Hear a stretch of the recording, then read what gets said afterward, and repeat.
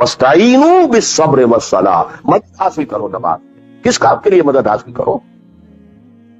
The mission to make the deen of Allah supreme. In اقیموا Uddin.